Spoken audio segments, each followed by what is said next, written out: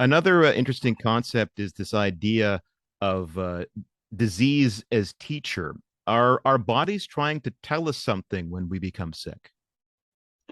Well, in most chronic illnesses, that's the case. Now, for 7 years, I was the medical coordinator of the palliative care unit at Vancouver Hospital. And interestingly enough, and I don't recommend this way of learning, but there were people that were dying. And even as their life was ebbing away, they would tell me, Doc, this disease is the best thing that ever happened to me. And that may seem like a strange statement, but what they meant was that through dealing with their illness, they learned how, because of their childhood trauma, they got so far away from themselves, and they got so far away from the messages their bodies were sending them that they got sick. And so, very often, people with chronic autoimmune disease or malignancy will find that dealing with the disease process, they learned a lot about themselves that the body had been trying to tell them all along. But because one of the impacts of trauma is we get disconnected from our bodies, they weren't listening. So again, I don't recommend disease as a way of learning, but I've known many people who, through their rheumatoid arthritis or their multiple sclerosis or even the malignancy, have learned a lot about themselves. So we can allow our bodies to teach us before we get sick, and sometimes after we do. Are there any lessons in particular to take away from COVID when we talk about disease as teacher? Well, COVID highlighted certain features of our society. For example, didn't we just learn how important human connection is? So there's been an epidemic of loneliness in the Western world for the last several decades, to the extent that Britain has had to appoint a minister for loneliness. Now, loneliness is a risk factor for illness as much as smoking 15 cigarettes a day.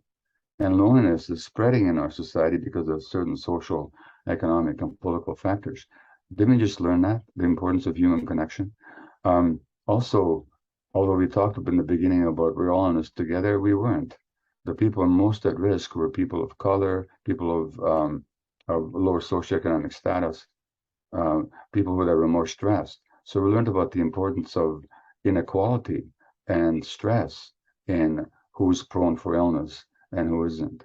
Um, uh, we also learned the importance of dealing with stress in our lives because COVID created a lot of stress for people. As a result, addiction went up in some families. Child violence against children went up. Domestic violence went up.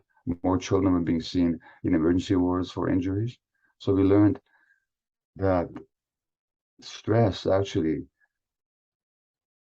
makes it difficult for some people to cope with life. So let's look at the stresses in our lives. So COVID also taught us the importance of public health and of having a science-based approach to health. Now, this is where I have a particular bee in my bonnet, you might say, because Bonnie Henry, who was BC's chief medical officer, was so respected and so listened to appropriately when it came to her measures to try and limit the spread of COVID. But she's been talking about the unscientific nature of approach to addiction for years and years and years. And everyone was saying, listen to the science. But they're still not listening to the science when it comes to dealing with addiction. So we have more overdoses than we've had before. So again, there's so many lessons that COVID either has taught us or should have taught us. Bringing it back to the title of the book, what will it take for us to unmake the myth of normal? Well, I think we have to get trauma educated. At the University of British Columbia, where I was trained 40 years ago, the average medical student still doesn't get a single coherent lecture on the impact of emotional trauma on physical health, even though we know, for example, from Canadian studies, that men who are sexually abused as children have triple the rate of heart attacks as adults, regardless of smoking or drinking. We know that women with PTSD symptoms, severe PTSD symptoms, have doubled the risk of ovarian cancer. We know that people with stress and trauma in their lives have increased risk of rheumatoid arthritis, multiple sclerosis, depression, psychosis, ADHD, and so on. So the first thing has to be at least the training of physicians in the unshakable unity in mind and body of educators as well, because many of the troubled kids that educators are helpless to know what to do with are actually traumatized kids. And politicians, if their policies were trauma informed, we'd have a totally different legal system, we'd have a totally different approach to addiction, and so on. So I'm saying that the first thing needs to be trauma education. You describe a process as well as waking up, both our most daunting challenge and our greatest possibility. Are you confident we're up to this task? Well, there seems to be much more interest now in the subject of trauma on the part of the population, at least, as the